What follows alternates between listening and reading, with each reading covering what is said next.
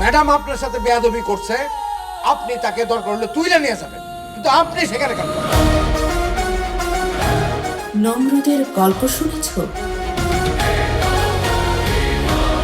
নিজেকে মহা শক্তিশালী প্রভু দাবি করত, কিন্তু সামান্য একটা ল্যাংড়া মশা নমরুদের বিনাশ করেছিল।